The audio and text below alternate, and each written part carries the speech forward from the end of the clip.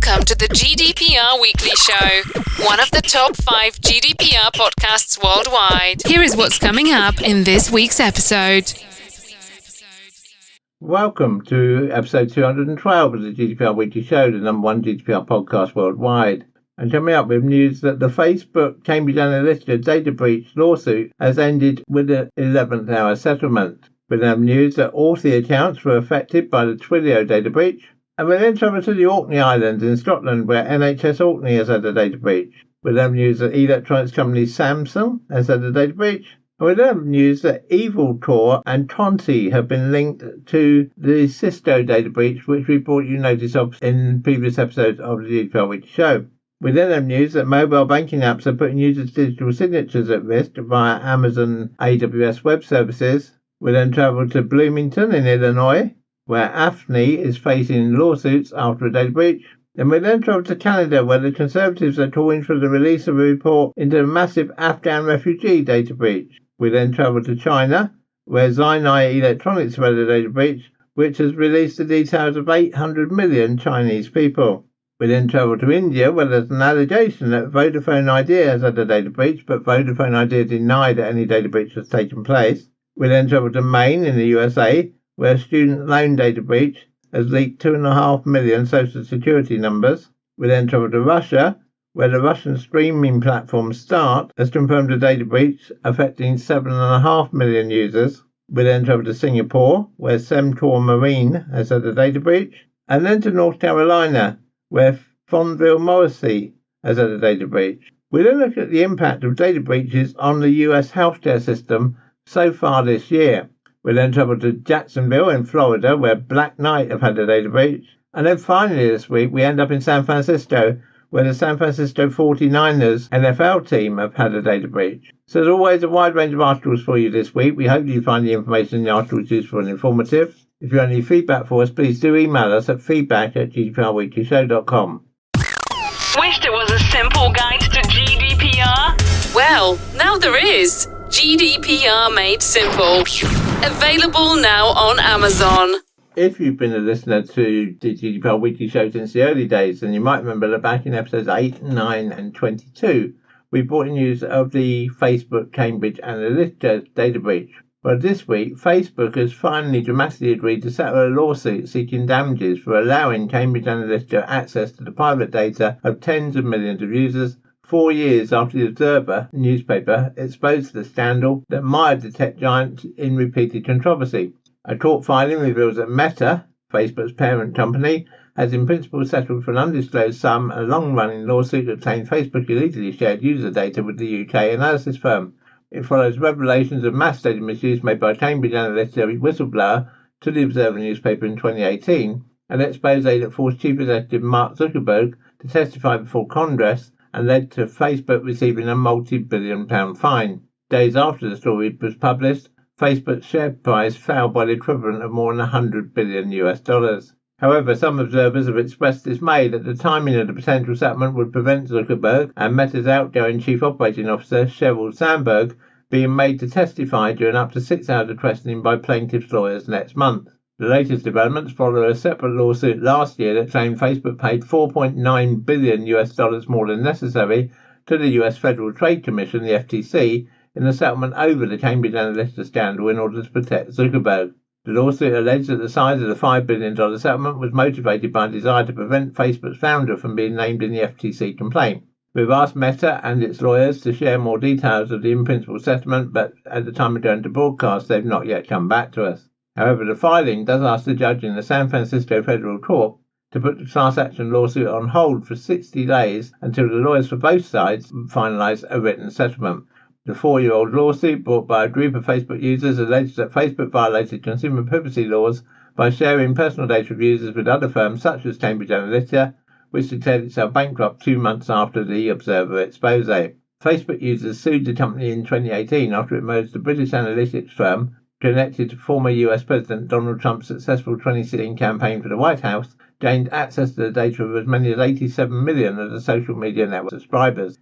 It is believed that Meta could have been made to pay hundreds of millions of dollars had it lost the case. If we get any further update on this from either the court or from Meta, we will of course bring it to you in the next available episode of the GDPR Weekly Show.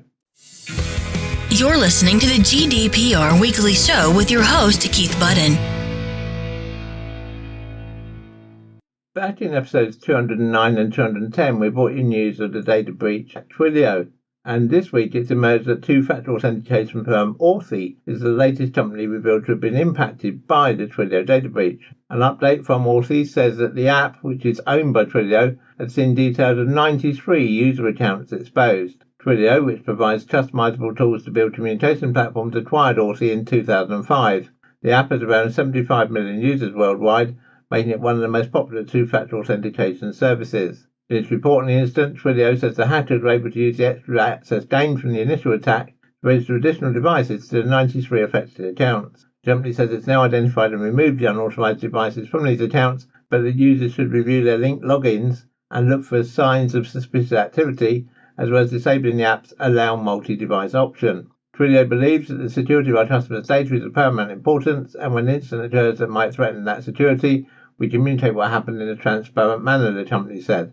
To that end, we are providing an overview of the incident impacting customer information and our response. Okta has also revealed that 38 Okta-related phone numbers were compromised via Twilio's administrative portals, according to a data breach report by the company. Group 1B has said that 10,000 accounts at more than 130 organisations were impacted by the phishing campaign, including marketing companies MailChimp and Klaviyo. Russian-founded cybersecurity firm Group 1B Threat Intelligence attributed the Twilio data breach to a criminal group dubbed Octopus. The group allegedly used 169 unique domains as part of a large-scale phishing campaign that's been operational since March 2022. According to the firm's research, Octopus mainly targeted US-based companies providing IT, software development and cloud services, with the aim of getting the credentials needed to access private data, corporate email, and internal documents. Group 1B's research said it was not yet clear if the attacks by Octopus were planned end-to-end in advance, or whether opportunistic actions were taken at each stage. As always, if we get any update from Twilio, we will speak to you in the next available episode of the GDPR Weekly Show. To the Orkney Islands now, and an investigation has been launched by NHS Orkney following a serious data breach. Island house bosses have apologised after reports found primary care records had been unnecessarily accessed by a member of staff.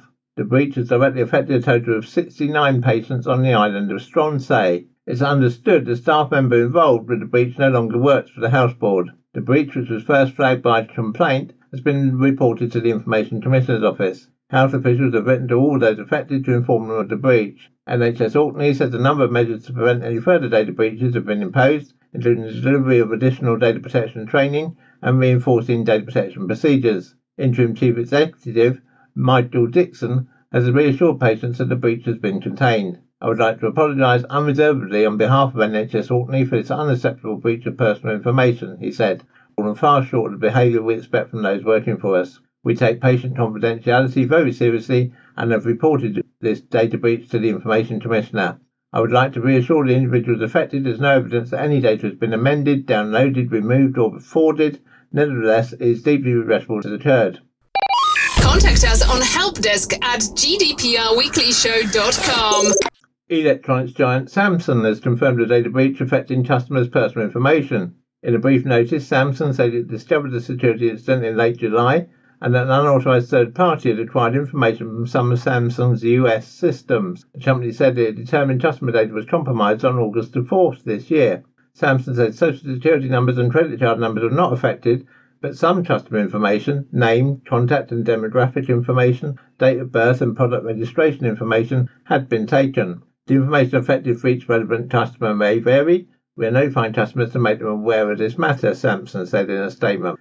A spokesperson for Samsung declined to say how many customers were affected or why it took Samsung more than a month to notify customers about the breach, which was announced just hours ahead of a US holiday weekend marking Labor Day. Even though the investigation is ongoing, we wanted to notify our customers to make them aware of this matter because we understand how important their privacy is, the spokesperson said. The company noted it had taken steps to secure its systems and has brought in an unnamed third-party cybersecurity firm. Samsung said it was also coordinating with law enforcement.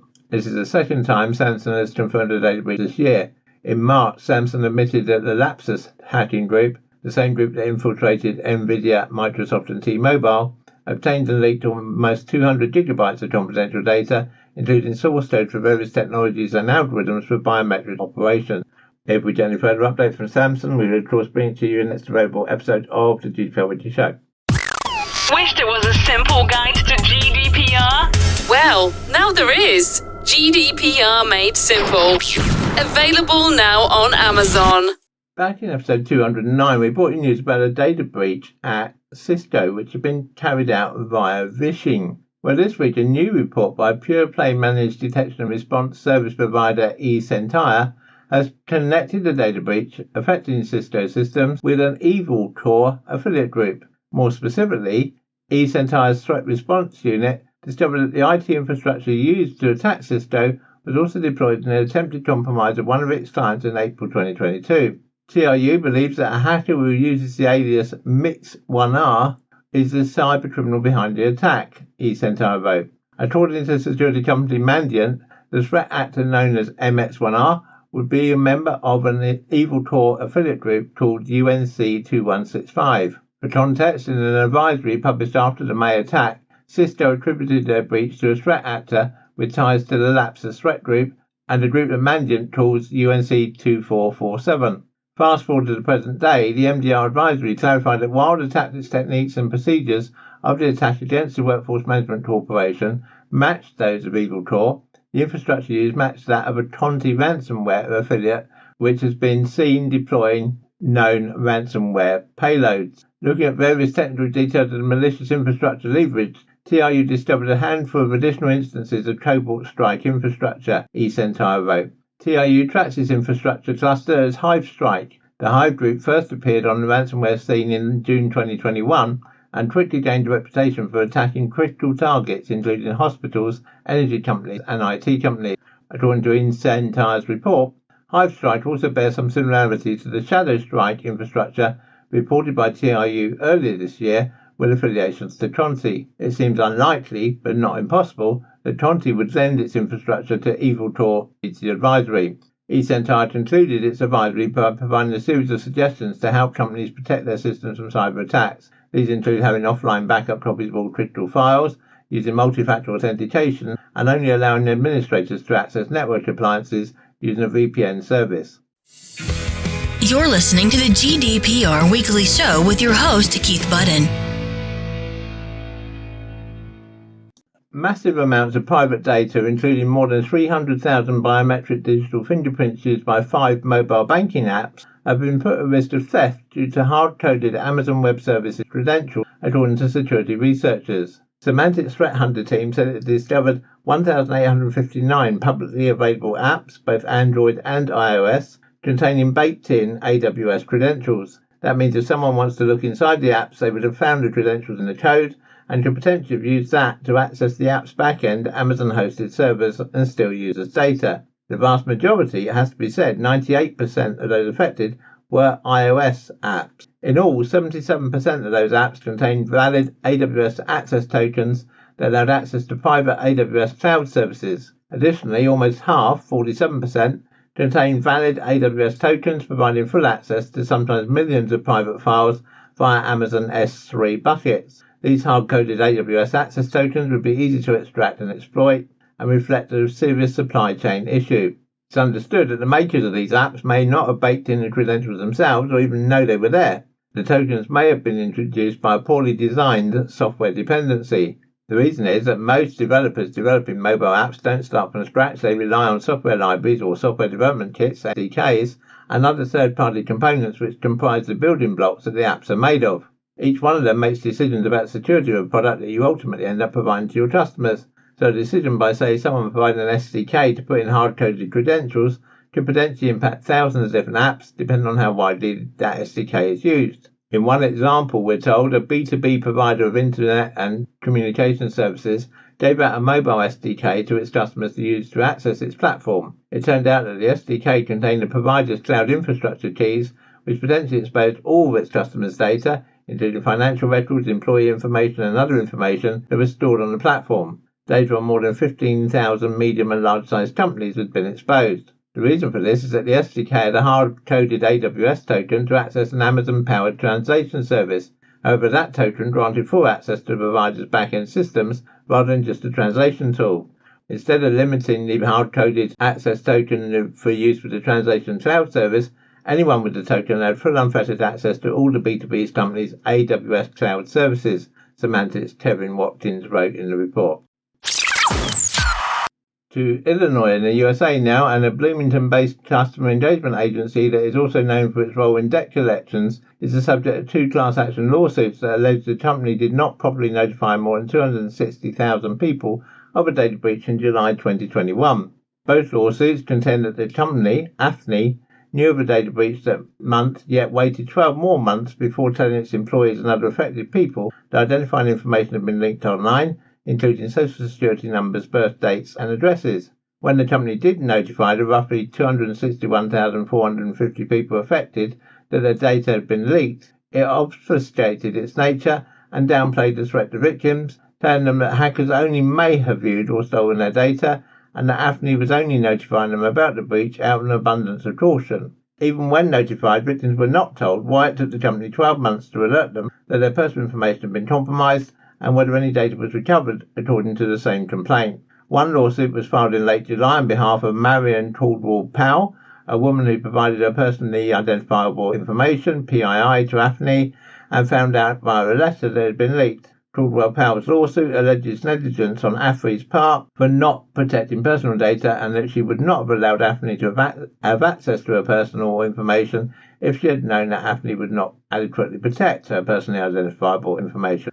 Another federal complaint was filed on Monday by Nicole Poshnell, who previously worked for the company. Her filing said she was only notified on June the 14th that her data had been leaked, despite the leak having occurred nearly 12 months earlier, and that identity had been stolen 7 times as a result. Neither Afni nor the attorneys for Caldwell-Powell or Pocknell responded to requests for comment before we've gone to broadcast. Contact us on helpdesk@gdprweeklyshow.com. To Canada now, and the Conservative Party of Canada has written to the Privacy Commissioner asking him to speed up his investigation of a federal government data breach that exposed the identities of hundreds of Afghans seeking Canada's help to escape from the Taliban in October 2021. The preceding Privacy Commissioner, Daniel Theron, announced a formal inquiry into the breach at Immigration, Refugees and Citizenship Canada in November of last year. The names of several hundred vulnerable Afghans seeking refuge from the Taliban were leaked in emails sent in error by IRCC. The Afghans in question fear reprisals from the Taliban. Some are in hiding because of past roles in the Afghan government, armed forces or judiciary, or as human rights activists. One email seen by CBC News in Canada listed 200 names. The IRCC has apologised to those affected by the reply all error. A similar but smaller data breach involving the UK Ministry of Defence the previous month got a more robust response, a ministerial apology in the British House of Commons and a departmental investigation. In his letter to the Privacy Commissioner, Conservative immigration critic Jasrat Singh Hallan asked why the report is taking so long to emerge. He wrote that the Afni's office informed mine that the report on this matter was projected to be finalised and released by the end of June. We were then informed the report was sent for review by senior management in July. Hallan called on the Commissioner to make the results of the investigation public immediately. A spokesperson for the Privacy Commissioner told CBC News the investigation remains ongoing. We anticipate the investigation will be completed in the coming month. The Privacy Commissioner is taking too long to release a report into IRCC leaking Afghan refugees' data, Hallan told CBC News. This is time that Afghans fleeing the Taliban don't have. This isn't in any way a knock on the Privacy Commissioner or public servants, he said, adding that he knows the job is difficult and they're under pressure. I can understand that investigations can take time, but Canadians deserve to know if the government is purposely dragging its heels on providing required information to the Commissioner to delay the report. Hallan said it's important to fix the problems that led to the leak before other vulnerable groups are affected by something similar. We have another crisis now in Ukraine and we want to make sure that this kind of data breach doesn't happen again, he said. We want to make sure that our immigration system is secure given all the recent cyber attacks happening around the world, and that this doesn't happen to vulnerable Afghans or to people from Ukraine or indeed people from any other country. Wished it was a simple guide to GDPR? Well, now there is. GDPR Made Simple. Available now on Amazon. China is facing another massive data leak of its citizens as a huge database of at least 800 million records containing faces and vehicle license plates has been exposed online. The exposed data, which has now disappeared from the internet, belonged to a tech company called Xinai Electronics, based in Hangzhou district. In volume, the cyber heist is second to another massive data leak of 1 billion records from a Shanghai police database last month. In both cases, the data was likely exposed inadvertently and as a result of human error.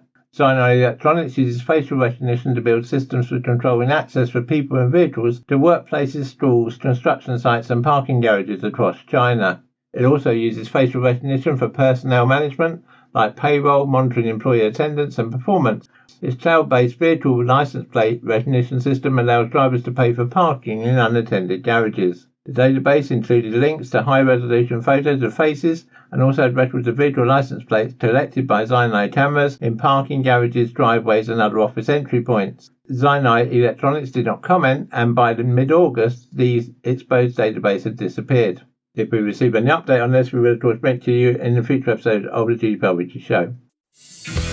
You're listening to the GDPR Weekly Show with your host, Keith Budden. To India now, and Vodafone Idea denies reports of a data breach, calling it false and malicious. Vodafone Idea says it learnt about a potential vulnerability in its billing communications, and that was immediately fixed, and a thorough forensic analysis was conducted to ascertain that there was no data breach. However, a report by cybersecurity research firm Xinai claimed that the call data records of around 20 million customers of Vodafone Idea were leaked and accessed by cyber criminals. The cybersecurity research firm claimed that the call data records of 20.6 million postpaid Vodafone Idea customers were leaked due to vulnerabilities in the company's systems. It further claimed the data leaked into the call time, duration of the call, from where the call was made, full name of the subscriber, address, SMS details and roaming details. City X9's founder and managing director, Himanshu Pathak, said on Sunday that the firm had shared its entire findings with Vodafone Idea via email. Later, on August 22nd, Vodafone Idea confirmed receipt of our report. Vodafone Idea acknowledged the vulnerabilities discovered and reported by us on August the 24th, Pathak said. However, Vodafone Idea has denied the claim, saying that it learnt about a potential vulnerability in its billing communication and that had been immediately fixed, and a thorough forensic analysis had been conducted and ascertained that there was no data breach. Vodafone Idea customer data remains fully safe and secure, they said. Vodafone Idea said regular checks and audits are conducted to strengthen its security infrastructure. To Maine in the USA now, and a data breach on student loan servicer NowNet Servicing has caused the confidential information of over 2.5 million users to be leaked. NowNet Servicing provides technology services, including a website portal to two student loan companies, Ed Financial and Osler Services. It's understood that on 21st of July 2022, NowNet contacted the two student loan servicing companies it provides technology services to about a cybersecurity vulnerability, which was discovered due to some suspicious activity. Once the vulnerability was discovered, NowNet worked to secure its information systems and launched an investigation into the incident. It was concluded by an investigation on the 17th of August that due to the vulnerability, student loan account registration information, including name, address, email address, phone number and social security number, was accessible to an unknown third party starting in June and ending on 22nd of July 2022. Following this discovery, NowNet Servicing notified the US Department of Education and also law enforcement agencies. In a notice of the data breach provided to the Office of the Maine Attorney General, NowNet said it is providing impacted individuals with guidance on how to better protect against identity theft and fraud. The company is also providing individuals affected by the breach with access to credit monitoring services for 24 months, as well as providing notice instant to all relevant state and federal regulators and credit reporting agencies, TransUnion, Equifax, Experian. Contact us on helpdesk@gdprweeklyshow.com. To Russia now, and Russian media streaming platform Start has confirmed rumours of a data breach impacting millions of users. The platform's administrators shared that network intruders managed to steal a 2021 database from its systems and are now distributing samples online. The stolen database contains email addresses, phone numbers and usernames. Start characterises the data as being uninteresting to most cybercriminals as it can't be used for taking over accounts. Financial information, bank card data, browsing history or user passwords have not been impacted because these details were not present in the database. We have already fixed the vulnerability and access to our data is closed, the company said. Even though a global reset isn't enforced by Start, it is recommending to all its users that they change their passwords. The rumours about a data breach impacting Start first appeared on Sunday, August the 28th, when a 72GB MongoDB JSON dump containing information of almost 44 million users started to be distributed over a social network. Many of these entries concern test accounts, but the dump contains 7,455,926 unique email addresses, which is likely to be close to the real number of exposed users.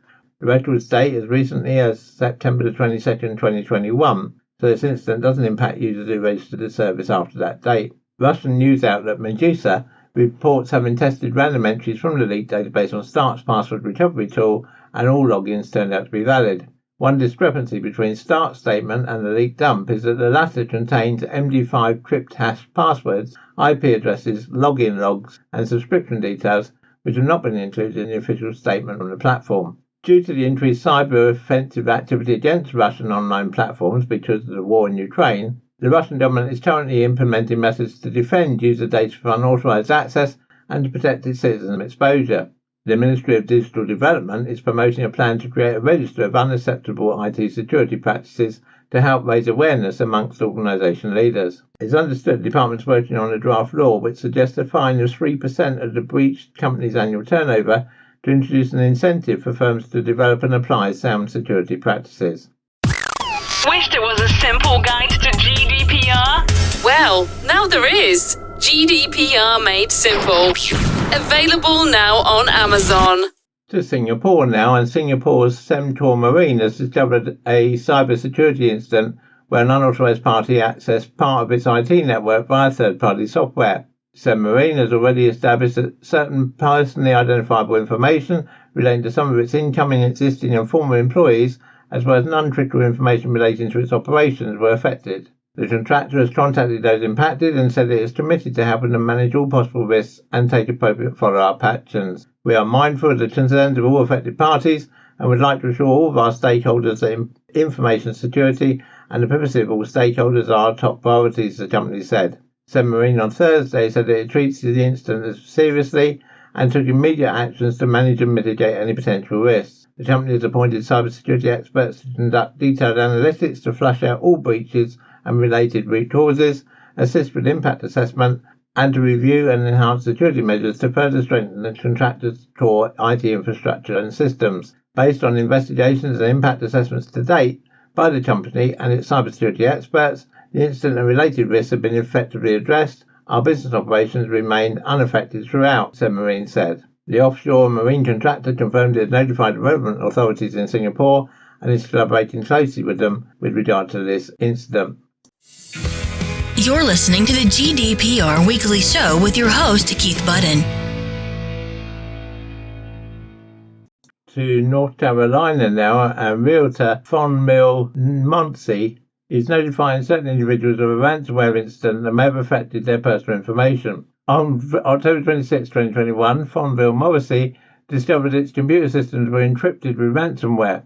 Fonvile Morisey immediately launched an investigation with the assistance of cybersecurity experts into the nature and scope of the incident. The investigation determined a cybercriminal unlawfully gained access to Fonvile Morisey's systems on October 22, 2021, and may have viewed or accessed files containing personal information. Fonvile Morisey provided initial notice to known impacted individuals on December 29, 2021. One of the computer systems that was encrypted by ransomware was Fonvile Morisey's email environment, including attachments. In order to determine what, if any, personal information was contained within the email environment or the attachments, Fonvile Morisey engaged a third-party forensic vendor to conduct a data mining exercise. Data mining is an extensive and thorough effort to identify the individuals and determine if personal information was impacted within the email environment and or any attachments. Based on the information provided by the data mining, Fonvile Morisey determined additional notification of individuals was required, and on August 31st, 2022, Fonvile Morisey mailed notification to impacted individuals. Fonvile Morisey also provided supplemental notice of the incident to consumer reporting agencies and certain state regulators required. Please note the personal information varies by individual, and Fonvile Morisey cannot confirm whether this personal information was actually accessed, acquired, or exfiltrated by the cybercriminal.